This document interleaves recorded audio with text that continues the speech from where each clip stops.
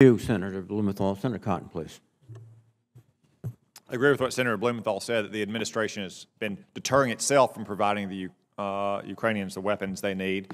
I'd say from the very beginning, they've engaged in half measures while Ukraine has half succeeded, and they should quit pussyfooting around on the battlefield.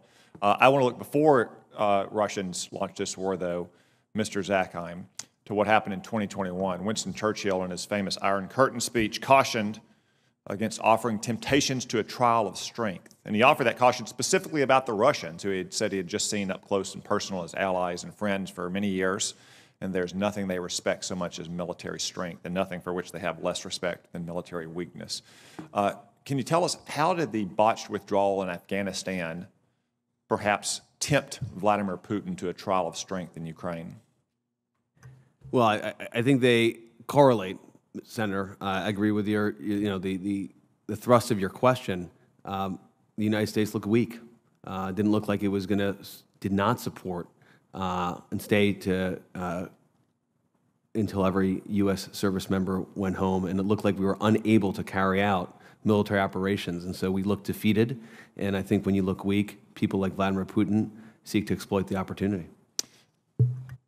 When Joe Biden took office, I think it'd be fair to say that Vladimir Putin's top two foreign policy priorities, at least as it related to the United States, were one, the extension of the New START treaty, which is a badly one-sided nuclear arms control treaty that the Obama administration entered, and two, the waiver of sanctions on the Nord Stream 2 pipeline. In his very first week in office, Joe Biden extended the New START treaty. Shortly after that, he waived sanctions on Nord Stream 2 pipeline. How did Joe Biden's decision to give Vladimir Putin his top two foreign policy priorities without any concessions whatsoever perhaps tempt Vladimir Putin into a trial of strength in Ukraine? Well, it made clear to everybody, including, I think, President Biden, that engagement with Vladimir Putin, that seeking to put forward a carrot in order to prevent the type of behavior that we've seen consistently from Vladimir Putin, as we mentioned before, from 2008 in Georgia, 2014 in Crimea, is not going to work. That, as you pointed out at the beginning of your question here, Senator Cotton, President Putin responds to one thing: force in kind and strength.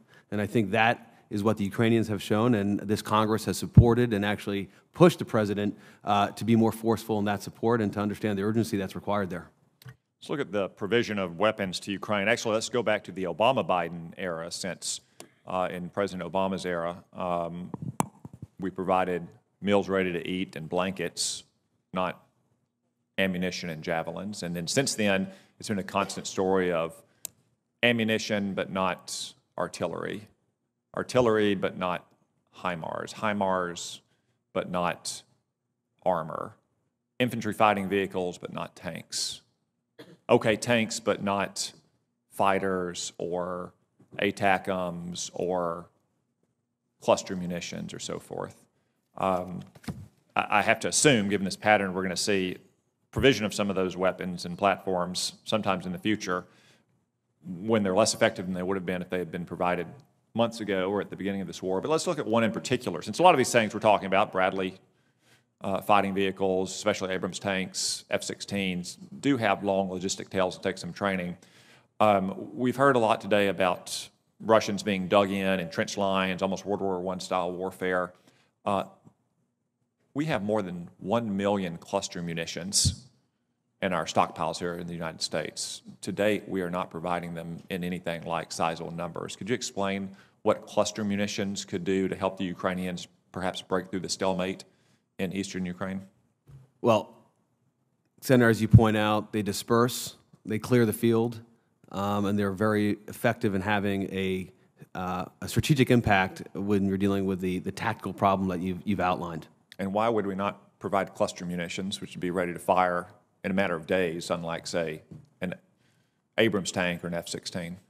Well, I think anything that we have in our inventory that would be useful for this battle, we ought to offer to the Ukrainians. Okay. One final question for you, Mr. Zakheim. This is in your role at the Ronald Reagan Institute. Y'all do an annual poll about the American people's respect and admiration for our military. It's shown alarming downward trends in recent years. Can you give us some thoughts, both from the poll and from your experience in crafting these questions and following them over the years, about why that is the case?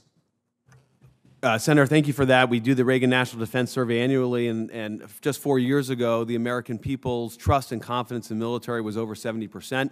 And as you referenced there, Senator, now it's actually below 50%. In the most recent defense survey, we asked the respondents why, and the response was clear that the American people believe that the military has become politicized.